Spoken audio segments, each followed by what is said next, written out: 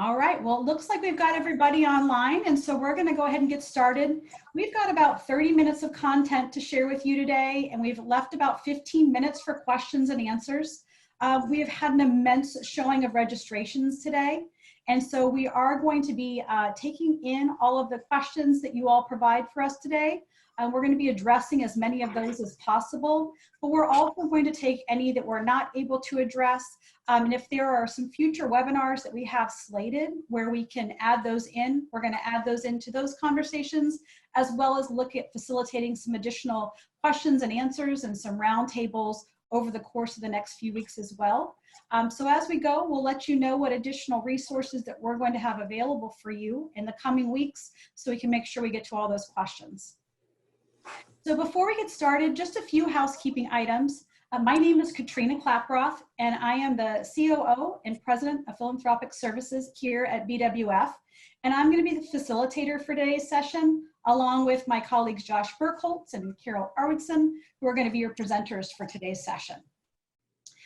So the first piece is technical difficulties do not elude us. So if anyone has any technical difficulties, in addition to me just saying technical difficulties, over the course of today's session, please email us at bwf@bwf.com, and we'll work to tend to any of those difficulties as quickly as possible. During the course of the webinar, you will be muted. So if you do have questions, we want to make sure that you use that Q&A function at the bottom of your screen. And those are the questions that I'll be referencing throughout the course of our discussion today to facilitate with the presenters, Josh and Carol. You may need to hover your mouse over the bottom of the screen if you don't see that menu bar at the bottom, but once you hover, you'll be able to see those options in that Q&A feature. And so we also ask that along the way, we do want to share these resources for you. We are going to have all the information and the decks posted from our session today on bwf.com, and we'll send you some follow-up information with those details. But we also want to be sure that you're sharing with your networks and colleagues as well. The more that we can all share information during this time, the better it serves us all in our nonprofit community. So please do share that information, and we are leveraging the hashtag BWF webinars for that information as well. And you'll see that information again posted on bwf.com after this session. And Josh is going to be moving along through our slide deck for us today.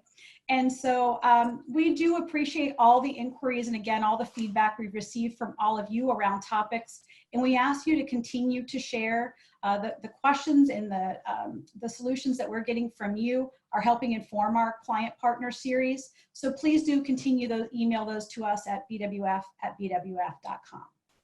And so without further ado, I'd like to introduce your presenters today. Both of them really come with so much experience in our industry and information to share with you today. My partner, Josh Burkholtz. Many of you know Josh. He is our CEO here at BWF, and he's served as an owner and principal at our company since 2007. He's a leader in big philanthropy and an innovator in the business of fundraising. In his 15 years here at the firm, he has really redefined how we look at modern program design, fundraising in a smart economy, and branding in the high net worth marketplace. Many of you know Josh through his role as chair on the advisory council on methodology for the Giving USA. He's also instructor at Rice University, Center for Philanthropy and Nonprofit Leadership. In Josh's time at BWF, he's been with us through 2008 and 2011 and all those times of uncertainty, and he's really helped numerous clients navigate economic and environmental challenges. So we look forward to his insights today. Joining him as presenter is Carol Arwidsson.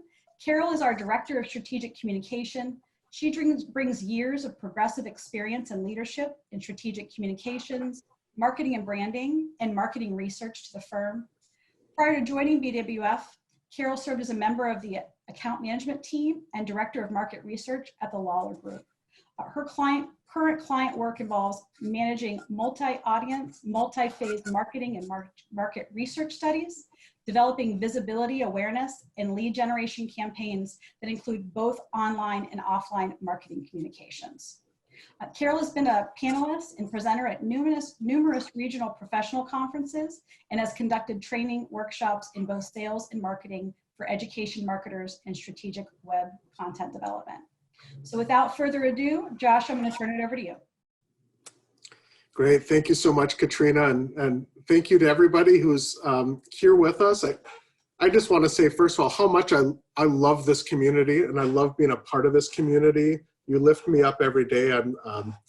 My motivation is from all of you. And we thought about whether or not we should have this picture on this first slide of everyone with the hands together. I know it might be a cliched, sort of a businessy type of picture, but I think it's a picture we want to have because virtually we're all doing this together. We're ready. It's kind of a go team moment.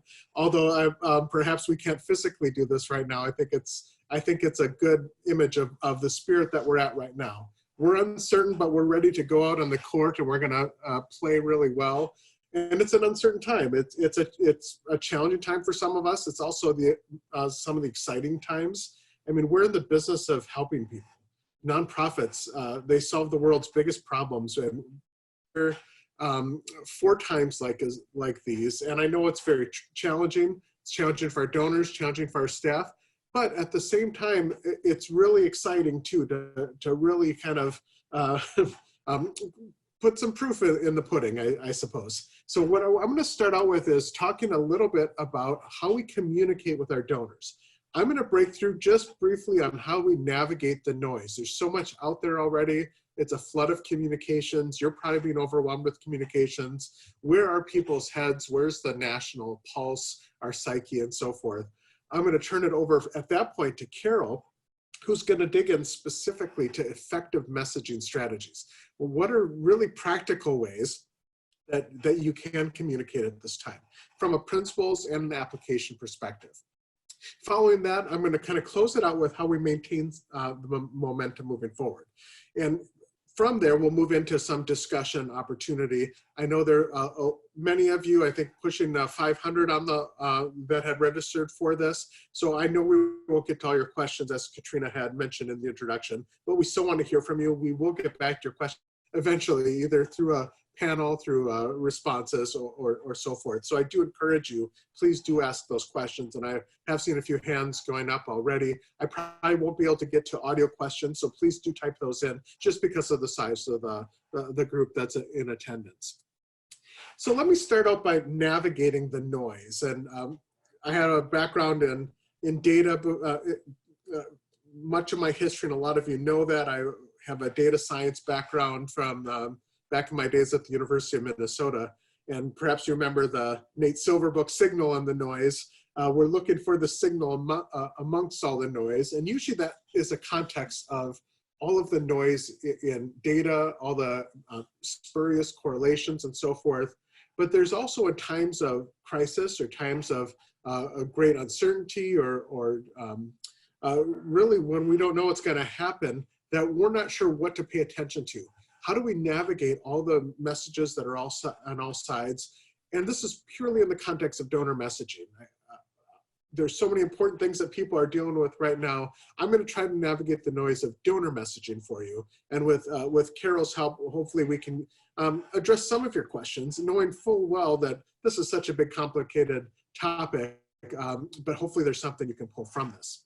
Now I want to start somewhat psychological, because in periods of disruption, everybody really reacts differently, and our personalities are very exaggerated.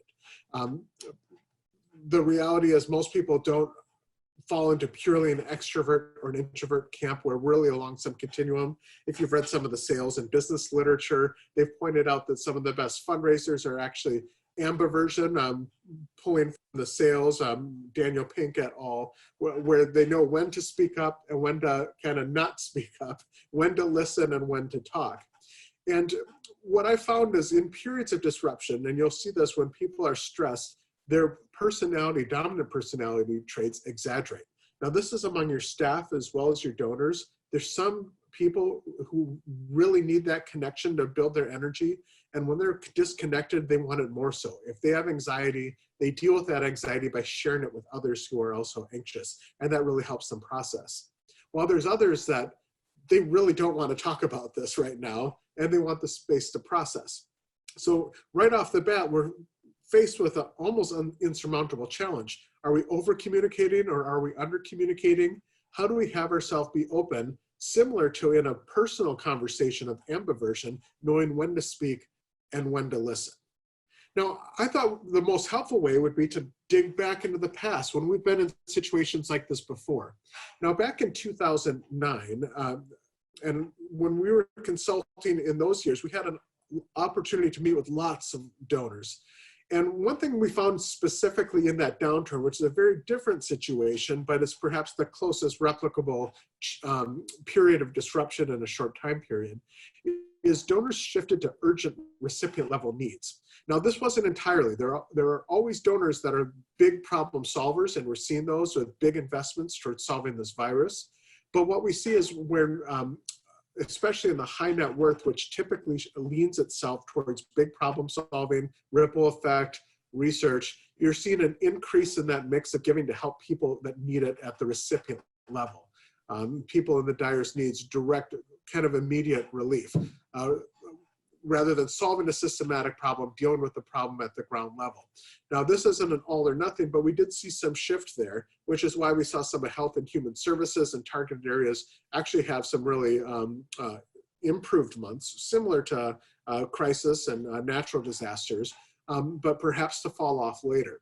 Now, what we found in a lot of our major donor populations is when we were able to really get some of the donors to open up, actually a fair number of them felt embarrassed talking about their financial situations. Coming out of 2009, they had lost money, and meeting with the gift officer or with a fundraising organization reminded them that I'm not sure I measure up as the type of person they should be talking to anymore. Now, most of these major donors recovered their financial position soon after, but in that moment, they felt a little bit less than. And it's important that we don't let anyone feel less than from us. We value them because these are amazing people that step up and care about our organization. It's that caring that really provides value. Really, all humans have value, but we want to be careful that that we're conscious that they might feel a little embarrassed that things aren't going well right now, if they're even at that point of talking yet. Now, some of the non-retired volunteers, so these might be board members who are actively working their companies, we found the majority of them were pulled away from any campaign activities to focus on their businesses. Now, I can tell you from the several feasibility studies we're doing right now that that's a very common story. We're not taking non-essential meetings right now. I'm focusing on dealing with our stock prices. I'm dealing with other issues with people working at home, caring for their families, really important issues. I can't take the time to volunteer at this point. Now, what we found is less of a pullback from our retired volunteers. They actually maintained. Of course, the difference now being is in-person versus remote. Can we task volunteers in a way to keep them involved at this moment? Because what we found is the retired volunteers are willing to help. Really, everyone's willing. They just might not have the luxury of the time at this moment. What we saw economically is that the long-term commitments stalled. So what we, in terms of major donors, saw very few multi-year pledge commitments because people weren't sure what the next 5 years would bring. But what we did see is some cash equivalent gifts, especially to urgent needs with the current situation, with the pledge volume recovered in 2010, and most of the total dollars recovered by 2011. Of course, this was sector specific. The recovery after 2009 was top down. The wealthier recovered faster, and actually some would argue some of the middle class still have not yet recovered, but we saw a disproportionate economic distribution in the recovery. But there was countless stories from donors citing that when the nonprofits really accepted them for who they were very patient, showed that they were valued, and really confident that they would be there for them, that those were the reasons they cited for why they returned after a period of disruption. And I think that's something we can all do. We can show acceptance, we can show patience, and show them we're confident in them as people. I'm reminded so much about the donors. I mean, these are really the best people. They give out of their own wealth just to make someone else's life better.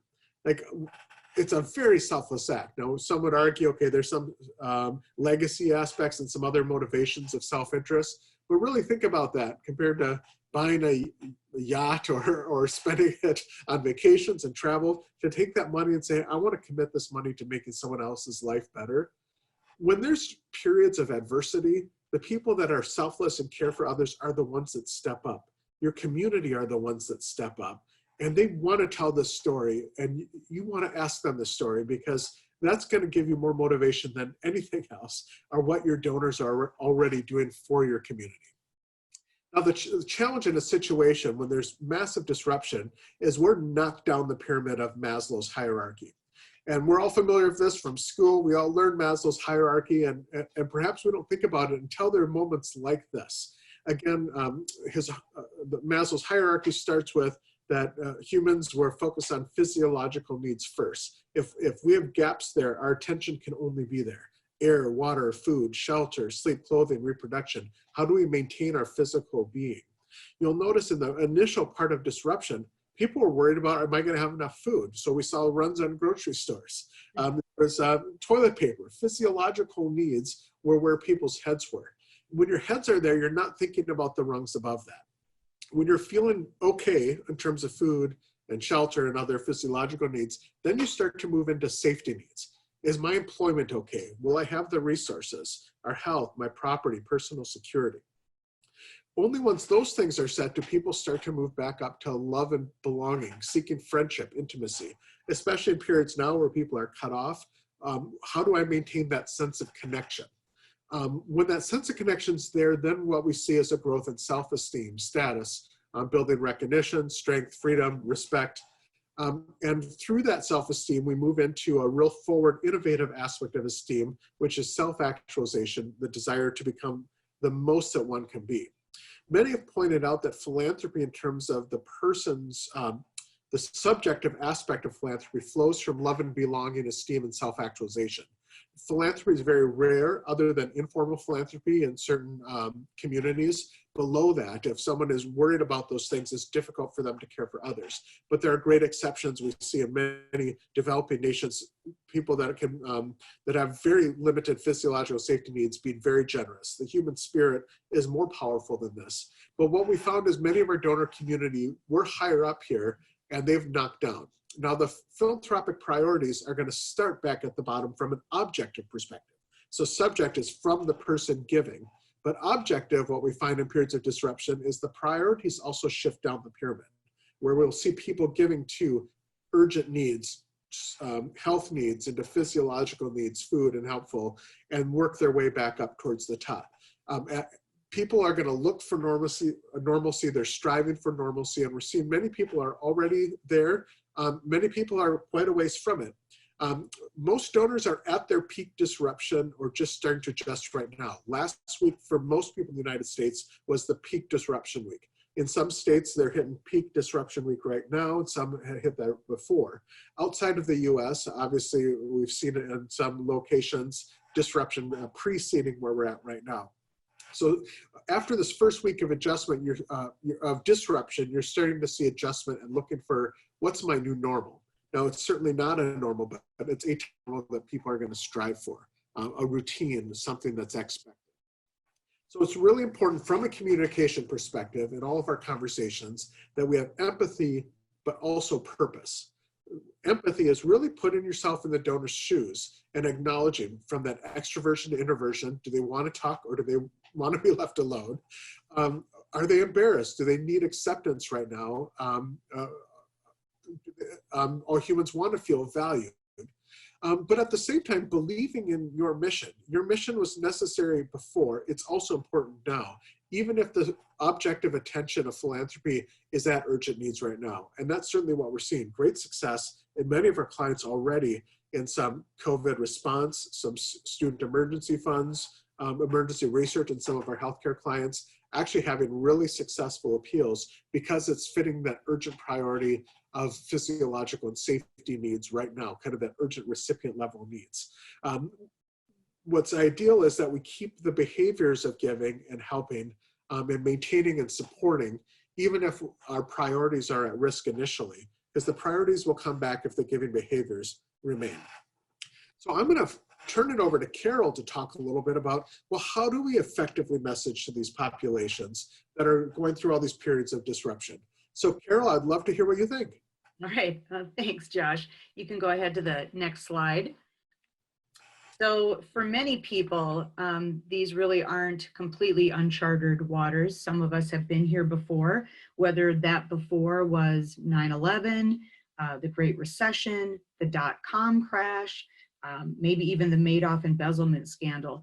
Those certainly were all times that really tested our organizations, us personally, and therefore our communication efforts. And so some of it probably feels a little bit familiar, and yet here we are with the rhythms and routines of our personal and professional lives really upended in ways that we couldn't have anticipated until just now.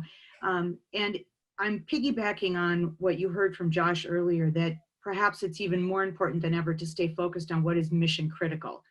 And I think any of the donors that you're communicating with certainly will appreciate that. And I also encourage you to let this period of disruption lead to possibly some opportunities that you might not have noticed or paid attention to before. And certainly let it spur your creative thinking. If there's ever been a time to try to think outside the proverbial box, this is really it, given everything that's going on. Go ahead, Josh.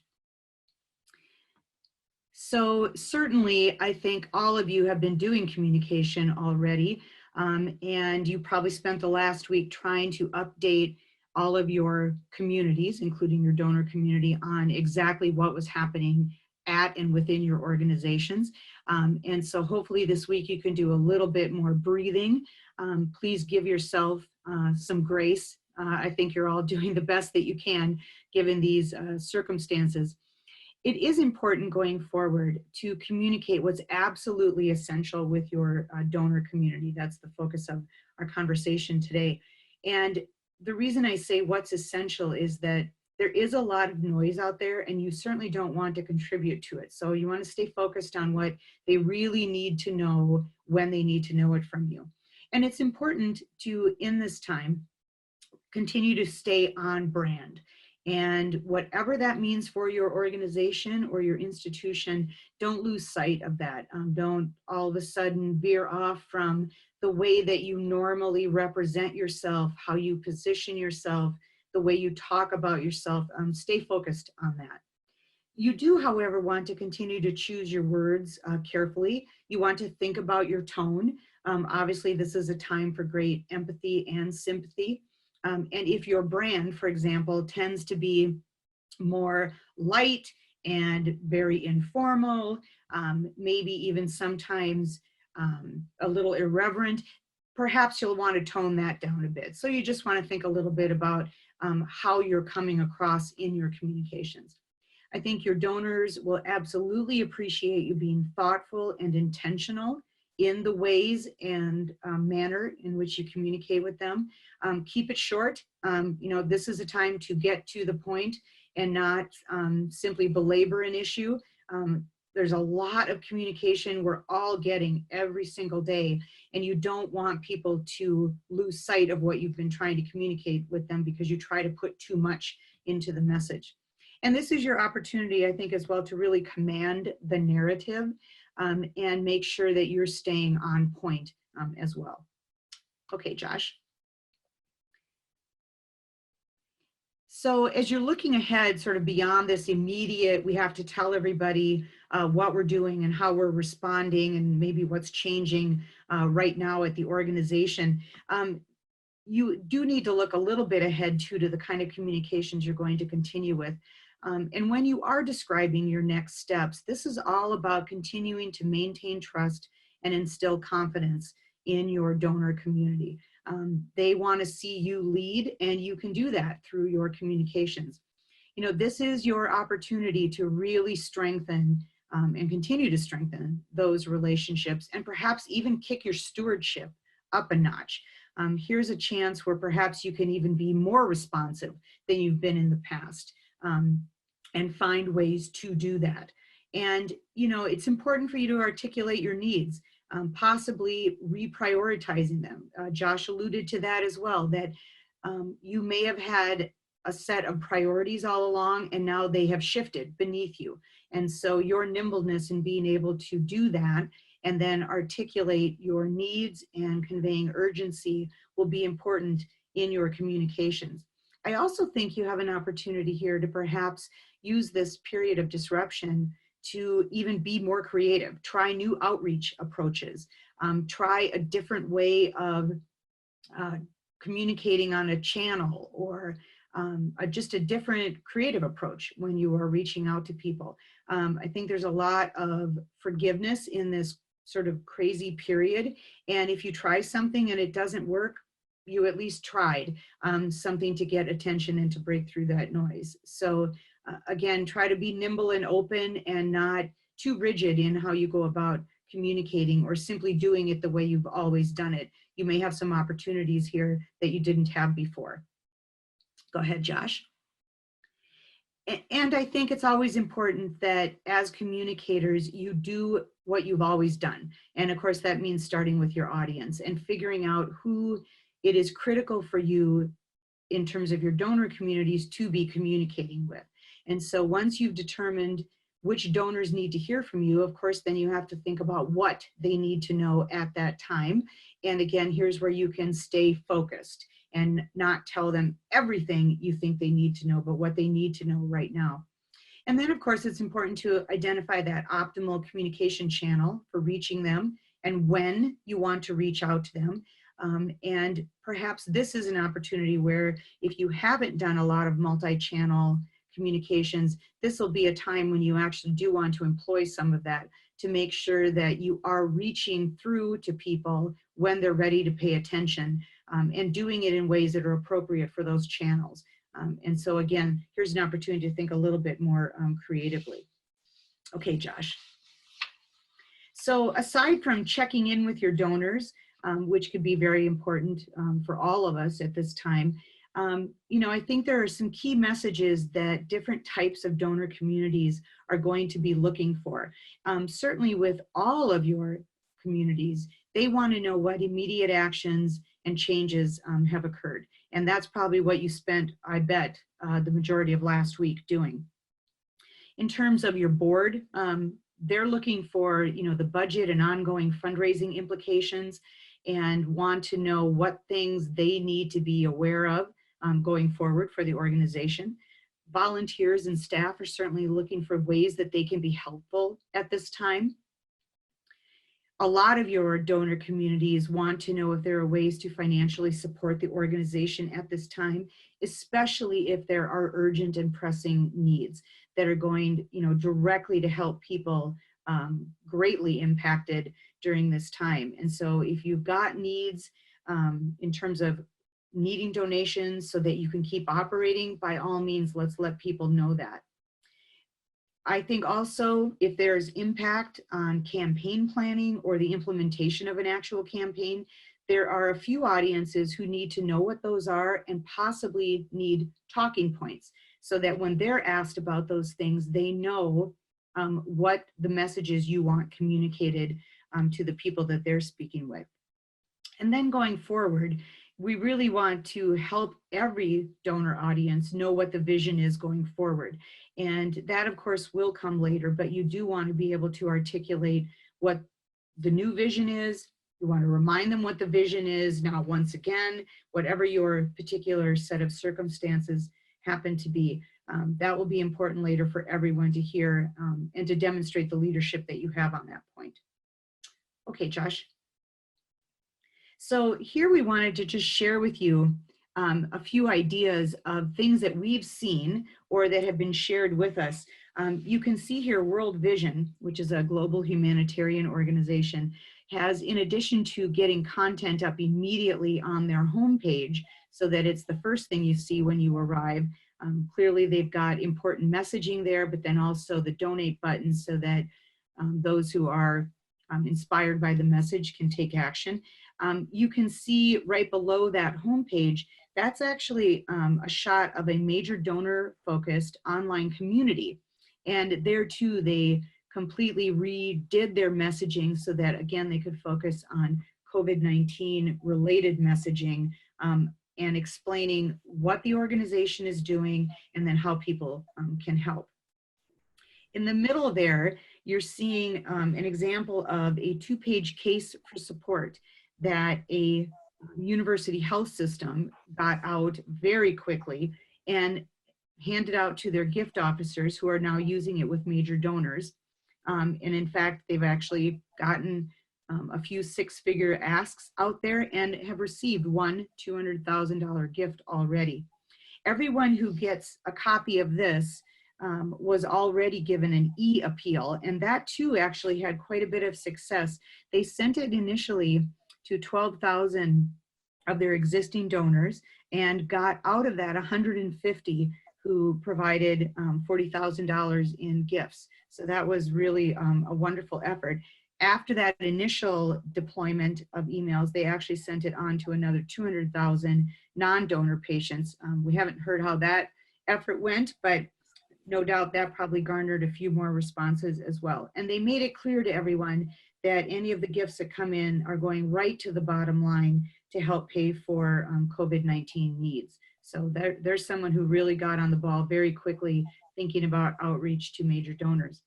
What you're seeing on the right side there is an example of board members stepping up and creating Facebook fundraising efforts. This particular organization prepares free medically tailored meals for people living with life-threatening illnesses. And rather than the organization doing some of that outreach only on their own, this is an example of volunteers stepping up to do that on their behalf. Okay, Josh. A bit stuck. Here we go. Here, the lyric opera, just knowing how everyone is at home and trying to find fun and innovative, maybe creative things to do. You can see here an example of a Facebook post they sent out with an activity that you could do actually related to their brand and their mission. And it's got the very subtle donate button at the bottom. So there's still that sort of message being conveyed, but in a way that is not contributing necessarily to noise, but still staying on brand for the organization, which is clearly separated from all of its donors and patrons. In the middle, you see an example of a GoFundMe site. This particular one is a fundraiser to help support the company, this theater company, and other Atlanta artists. And we know many of them, of course, are living paycheck to paycheck. Another GoFundMe site was actually raising money to provide free lunches to children who are out of school in Charlotte, North Carolina. And when I last checked, that campaign had raised $42,000 for that effort. So that's a wonderful, I think, example of people coming together. And then on the far right, you see an example from a religiously affiliated college that is actually looking for stories of giving and outreach. And asking their alumni to share that with them. What I like about this is that they're looking for stories of ways to connect people and even remind them of their alma mater and perhaps ways that that experience at their alma mater impacted them today. And this kind of thing definitely can go a long way toward creating some goodwill. And you know, we know that the more you do that with your alumni and get them engaged, the more likely they are to give. And so without coming right out and asking at this time when it may not be appropriate to ask for donations, certainly this kind of an activity can generate some of that engagement and goodwill, as I said. Okay. All right, so some additional just tactical ideas for you to think about. Again, we showed you the open arms example. So this is maybe a time to be creative about enlisting your champions to fundraise on your behalf. You could create a virtual donor town hall, maybe something you do once a week or every other week if you think that's going to be important going forward, to help answer their questions and connect with them more directly, where they can actually hear your voice and not simply read text and such from you. This might be a time to really be creative about ramping up your efforts to get people to sign on to monthly giving subscriptions. This can certainly help with recurring revenue, but get people involved in doing something that right now can help you meet the needs of maybe the clients you serve, for example. in order to keep in touch with people rather than just write a handwritten note, which I still think is very important. This could be an opportunity to create some video thank yous and give you a chance to, somewhat face-to-face, communicate and just do something different that also will stand out. This is also a time, I think, where we want to try to do some of these things so that they're more memorable and stand out in people's minds going forward. I know a lot of you have had to cancel events, many of which are absolutely critical to your yearly fundraising efforts. And so perhaps around the date when you were going to have an event, think about sending out videos of the people that you thought about featuring as speakers, whether that was a student or a graduate or a client of the organization, and let them talk about the impact that those gifts made on them. And it can be a wonderful way to remind people around the time that the event was going to happen about the importance of that event, and then use it also as a way to just remind them that their gifts are absolutely critical, even if the event is not happening. And all in all, it's really important to just stay the course. Your mission still matters, your donors still care, your needs remain, even if they've altered a little bit, you still have needs and your donors care about what those are. So communicating is imperative, and it really absolutely must be a priority for you going forward. Thank you so much, Josh and Carol. And some of the questions that we received were about timing of communications, whether those are strategic communications or asks. Obviously the business that we're in today and we can't stop. And then also just about some of those creative and out of the box ideas. And so a few other opportunities that we have in addition to some of the examples that Carol shared as far as the print collateral, online communications and activities that are going on, as well as some of those pieces that she shared on that second to last slide about different activities that you can pursue. We do have some additional sessions going on this week and in subsequent weeks that pertain to some of those ideas as well. We have one tomorrow that is about remote engagement officer strategies, and it's really talking about leveraging technology and video and all of the other resources that we have available to us through our many teams to be able to provide that continuity of engagement and connection at this point in time with your donors and communities. And there's another next week about virtual event management, and that's really thinking about how do we leverage video and other, again, online tools to really continue that momentum around events that are so important to some of our organizations when you think about the aspect of their annual fundraising goals that events make up. And so we do have time for just a couple questions here, and as we mentioned, we will be getting everything posted to our landing page at bwf.com /current resources. So you can go there after our session today to get information as far as the deck goes, as well as the video, which will be posted in the next 24 hours, as well as additional information about our upcoming sessions, which you received with the information that you registered for today. And so one of the questions, Josh, that we have from our community is we have many institutions who have alumni associations, or the majority of their overall program is focused on memberships and dues-based activities. And so wanting some different ideas about when is the appropriate time to be checking in versus making asks, and any other advice we have in that regard. Sounds good. Thanks, Katrina. I'll address that question. I'll go through my last wrap-up slides while the rest of you add more questions to the queue. And on the dues base, it's a really good question. I mean, obviously with the dues-based organization, what's so critical is that we continue to show the value, as Carol said, staying on brand, what's the value of the organization, but also be mindful that people need space. I would probably focus more on timeline and being flexible there. Give more time to maybe extending deadlines around dues. But use like that example from that religious college before Wisconsin Lutheran College. What are they doing now? Showing some stories, the value of what that association, what this community of people really is. Demonstrate the strength of that community, because that's what the real value is in the community itself. This is an opportunity to highlight the strength of that community. And that's really key as we maintain momentum. So please add another question. While I just say a couple other things, and I think this is relevant to that. Ask your donors for advice. Ask your staff what they would do in your shoes, and be ready to be smaller for the benefit of your program.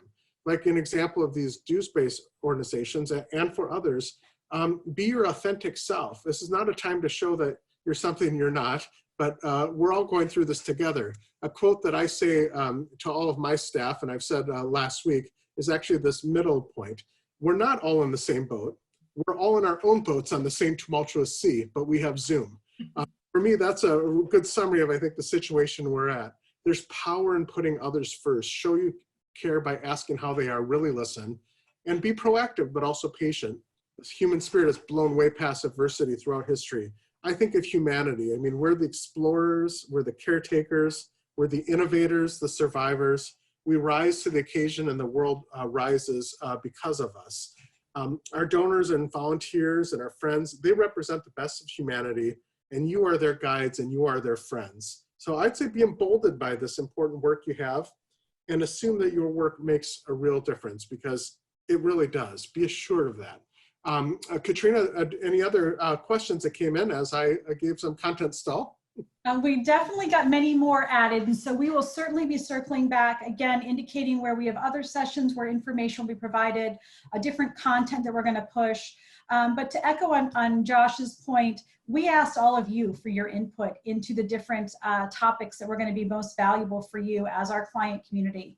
And so asking your donors, asking your supporters, and knowing that we're all doing our best in navigating these times, and that folks are listening, folks are participating with us. So don't be hesitant to do all the things that you know are in the best interest of your organizations in your nonprofit communities.